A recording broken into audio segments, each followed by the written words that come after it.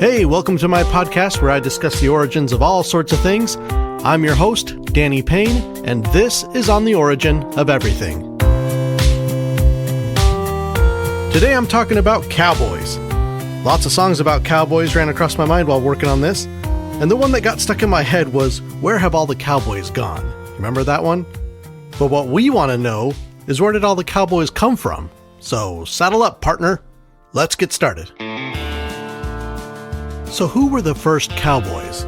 I think you'll be very surprised to learn, as I was, that the first cowboys originated in Spain. Vaqueros, or the American pronunciation, vaqueros. Before we jump into this, just real quick.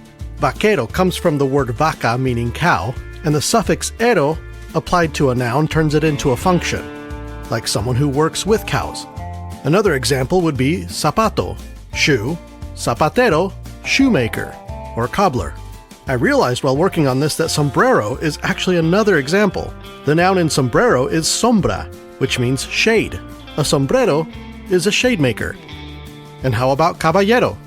It translates into English as gentleman, but caballero comes from the word caballo, horse. So caballero would be someone who works with horses, not a gentleman. And where did gentleman come from? Gentleman? That turned out to be a whole thing that I'm not going to get into because that's not what we're talking about today, but still, very interesting stuff. Okay, anyway, cowboys come from Spain. Spanish vaqueros, I'm just going to use the English pronunciation to not be obnoxious. Spanish vaqueros were expert horsemen that herded cattle with lassos during the Middle Ages. They've even found horse spurs dating back to the 5th century BCE with the Celts. So obviously we've been using horses to herd cattle for centuries, but neither Celtic horsemen or medieval vaqueros represent the American Wild West cowboy we're all picturing in our minds right now. So let's bridge that gap.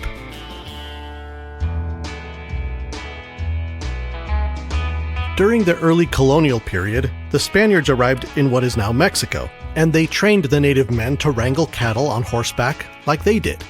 Another quick side note, Europeans were actually reintroducing the horse to the Americas.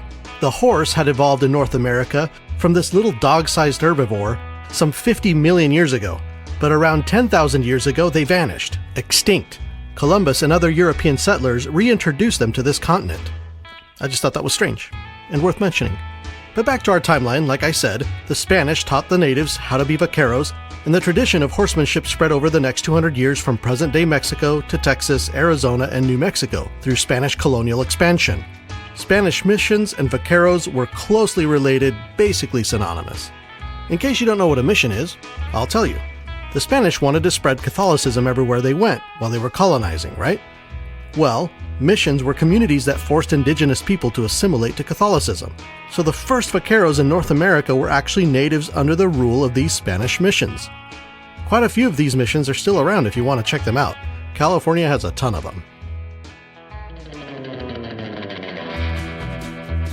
In 1821, Mexico gained its independence from Spain, and around that time, white Americans were moving to Mexico, the part that is now Texas. They were moving there for various reasons: cheap land, evading debt, evading taxes, and they established cotton farms and cattle ranches, and they brought their African slaves with them. By 1860, slaves made up 30% of the Texan population. In 1861, Texas joined the Confederacy, and while ranchers left their cattle ranches to fight in the Civil War, they depended on their slaves to do the cattle herding. This led to a bunch of black cowboys. They started out as slaves, but when the Civil War ended, the Emancipation Proclamation left white ranchers in a situation where they had lost all their slave labor and couldn't manage the cattle. Wild cattle outnumbered humans 7-1 in Texas at that time. They desperately needed cowboys to round up the rogue cattle, and were compelled to hire the now free and very skilled black men as paid cowhands. Being a cowboy was one of the few jobs a freed, previously enslaved cowboy could get. To be fair, not all cowboys at the time were black, but 1 in 4 were, and that's a lot more than I would have ever expected, and I'm willing to bet you're surprised too. We just never hear about black cowboys. Now, why were cattle so important that we needed so many and so many cowboys to manage them? The answer is simply beef. Beef was incredibly important during the Civil War. The demand reached an all-time high by the end of it. This meant we needed to push westward and establish more cattle ranches. More cattle ranches meant more cowboys. In 1869, the Transcontinental Railroad was completed, connecting the country east to west, coast to coast. Cowboys rounded up cattle that were then put up for sale and transported by rail across the country. The beef industry was booming. It was also the heyday of cowboys, but then something came along that decimated the cowboy profession, a simple invention called barbed wire. First patented in 1867, by the 1890s, that stuff was everywhere. It was like how self-checkout put thousands of cashiers out of work. It was the end of an era. The American cowboy became largely obsolete. So where did the iconic Wild West white cowboy come from? So far we've had Spaniard vaqueros, Native American horsemen, African American cowboys, but no heroic, quick-draw, tough guy, loner, riding his horse, sleeping on the dirt by a fire. If you handed him a guitar, he'd sing you a sad song about his dog and his dark past. Well, this image of the American cowboy started with dime novels. Between 1860 and 1920, cheap little paperback novels, which sold for a nickel or a dime, told fictional stories about the wild frontier. Common stories depicted white cowboys as the heroes, the protagonists. There were hundreds of dime novels written about a well-known figure of the frontier, one William Cody, or Bill Cody, who most people know as Buffalo Bill. He had gained notoriety out west as an army scout, a Pony Express rider, an Indian fighter, and a gold miner, all before his 14th birthday. In 1872, when the Duke of Russia wanted to do a hunting expedition out west, Bill Cody was one of his scouts, which received a lot of press. Buffalo Bill Cody was a perfect choice for a dime novel character. These stories embellished true events in Bill Cody's life. Now, I should add the disclaimer that a lot of these claims about his youth are hard to verify. Was he actually a rider for the Pony Express, or did he just work there? But I suppose the lore surrounding him is what matters. It sold a lot of dime novels. Fast forward 100 years and they named a freaking football team after the guy. I actually went to Bill Cody's grave last year. It's just west of Denver. If you want to see photos of that, you can go to ontheoriginpod.com. You can also see other photos and illustrations of today's topics there. Anyway, when the open range era ended because of barbed wire, Bill Cody started doing stage shows and eventually started the Buffalo Bill Wild West Show. This was a touring show that continued to paint the white American frontiersman as the hero. Many of the plots were about the wars between white settlers and the uncivilized Indians. Even the regularly performed Custer's Last Fight, where Crazy Horse and Sitting Bull killed Custer and all his men in the Battle of the Little Bighorn, only served to demonstrate, to sell the idea that American conquest was justified. Dime novels and the Buffalo Bill Wild West Show basically invented the white heroic cowboy. And man, they took this show all over the place, even Europe. So it was pretty influential. Interestingly, black cowboys were well represented in Bill Cody's shows at first. For the first decade even. But as the image of the white cowboy grew in popularity, black cowboys all but disappeared. Then came Westerns.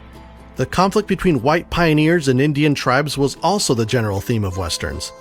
As one of the most popular genres in early film, Westerns continued to perpetuate the popular myth of the cowboy as the single white, good-looking hero of the story. Westerns were popular from the early to mid-1900s, so for about 50 years or so. That's 50 more years of hammering home that iconic image of the white cowboy. And have you ever heard of Wyatt Earp? He was a prominent lawman in the Wild West, and he lived to be 80 years old. When he retired, he moved to LA and became an advisor on the sets of silent Western films. Not to spell it out for you, but if your main reference for what the Wild West was like is coming from a retired white lawman, and you're also building off of Buffalo Bill's depiction of things, you're going to produce a very one-sided, skewed depiction of life on the frontier for your Western films. As white cowboy fandom grew, the vaquero was transformed into the racialized, vilified character, scripted as either the antagonist or one of the background characters. I mean, it's not super surprising considering the era, the audiences, the general sentiments toward marginalized groups at the time. It's gross to talk about, but it happened. I still find the significance of the American cowboy inspiring, though. A trade that played such a crucial role in westward expansion. It was a big part of our Sea to Shining Sea story. and it's important to recognize Native Americans and Black Americans as having been a part of that history. That's the origin story of the American cowboy. In short, the first cowboys were in medieval Spain. Spanish colonizers trained natives to be cowboys. Then white ranchers had their African American slaves do their cowboying. Then barbed wire killed the cowboy trade, and the fictitious version of the white cowboy was born. And we have dime novels, Bill Cody, and Hollywood to thank for that. Stick around for a handful of origins right after this.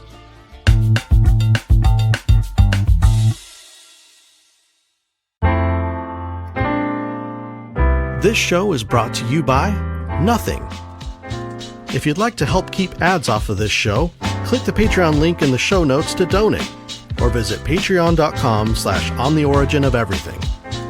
Another way you can support this show is by giving it a 5-star rating and review, or by following it or sharing it. Let's build a community of people that are curious and always learning. Now, back to the show. Part 2 of this episode is on a couple of iconic cowboy accessories. First, their horse, because I wanted to know what kinds of horses early cowboys were riding, and I had totally forgotten that Mustangs existed. They rode Mustangs, right? Well, sort of.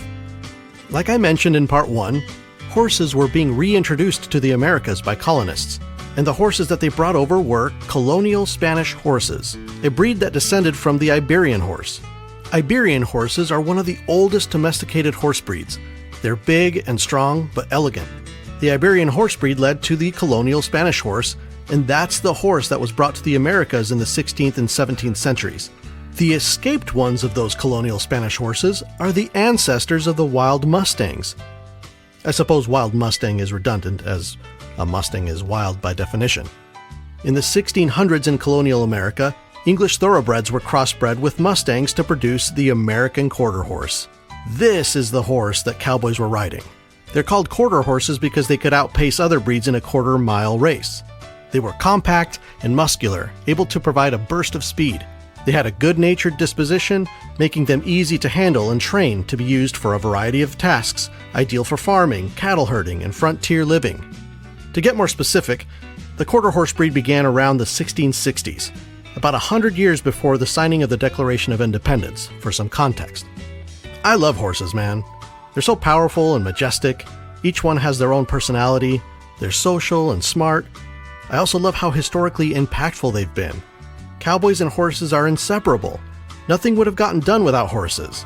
No westward expansion, no cattle drives, no beef industry, certainly no Pony Express, and no rodeos, which is what I want to touch on next. So, you know how many Olympic sports are derived from trades or occupations, like archery, sailing, fencing, and dressage? The rodeo is the sporting event derived from cowboy skills. Before rodeos were proper events at county fairs, these cowboy competitions took place in cow towns, which were the places at the end of cattle driving trails that served as market centers or shipping points for cattle. A bunch of rugged dudes in one place trying to outdo each other for bragging rights makes the most sense in the world to me. This is how rodeos got started. Cowboys measuring each other up on riding and roping skills. When barbed wire put an abrupt end to the open range era, these competitions shifted to a more formal, entertaining event for spectators, just like Bill Cody shifted from cowboy stuff to doing stage shows. Learning this made me appreciate the rodeo a lot more. It's an American cowboy tradition. Pretty cool. It's worth mentioning that rodeos aren't exclusively found in the United States. Since Spain colonized most of the Americas, it makes sense that rodeo-like events developed throughout Mexico, Central and South America, and beyond. The word rodeo comes from the Spanish word rodear, meaning to encircle or to round up. Even the terminology points back to the Spanish-Mexican antecedents of the American cowboy. Incredible stuff, man. Let's wrap it up with another iconic cowboy accessory, the cowboy hat. Ever wonder where the cowboy hat came from? It's a pretty specific look. People have been riding horses for ages, and they weren't wearing cowboy hats until pretty recently. In the early days of westward expansion, frontiersmen were wearing bowler hats and coonskin caps, not cowboy hats by any means. Now, if you look this up, a lot of sources will say that the predecessor of the cowboy hat is the sombrero, but there's no direct connection between sombreros and cowboy hats. Sombreros first appeared in the 15th century in Spain, and Spanish colonizers brought them over to the Americas. They've always been broad-brimmed hats with tall crowns, originally worn for protection by peasants and horsemen who worked outside in the elements. Vaqueros were wearing these too. The cowboy hat has its own origin story, unrelated to the sombrero. John B. Stetson created the modern cowboy hat in 1865. Can you guess which state? I would not have guessed Pennsylvania.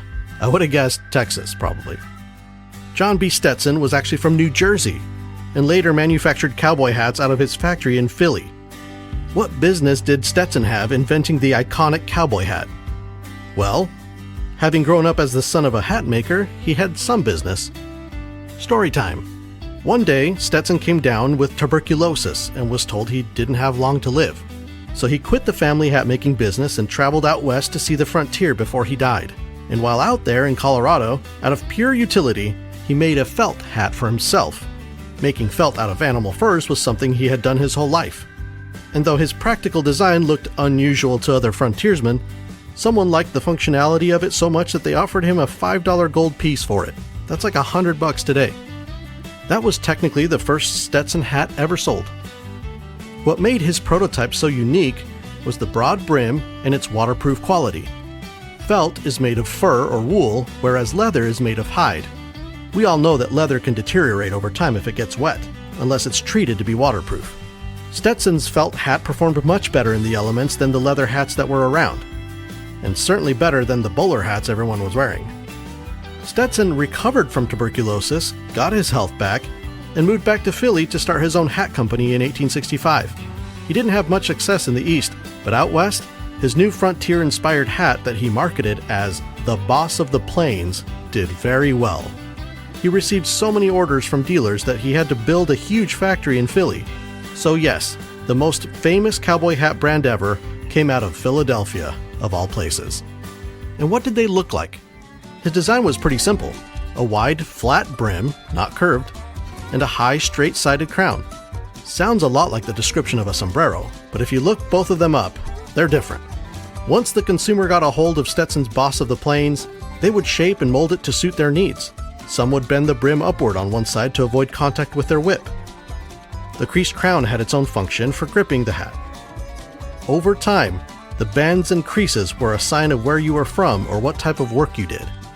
They eventually became more fashion-forward too, making a statement about one's lifestyle, country living, cattle ranching, and farm life, while also serving their original intended purpose of keeping a cowboy's head cool and dry. Have you ever seen someone dressed head to toe in Western attire in an unexpected place? One time I saw a guy in cowboy boots, dark blue jeans, a long-sleeved snap-button plaid shirt, and a big old cowboy hat, in a Macy's, in a mall, in Seattle. That's all for today, though that was quite the robust episode. We covered a lot of ground. I hope you enjoyed learning all about cowboys and their faithful quarter-horse companions and their trusty Stetson hats. If you find yourself at a rodeo, as one does, I hope you'll remember the history and the rich traditions you learned about in this episode. Until next time, happy trails. Research, music, and production was all done by Jezere Wilson. This podcast is listener-supported, owned and operated by Jez and myself under the On the Origin of Everything LLC in the United States, all rights reserved. We can be reached via email at info@ontheoriginpod.com.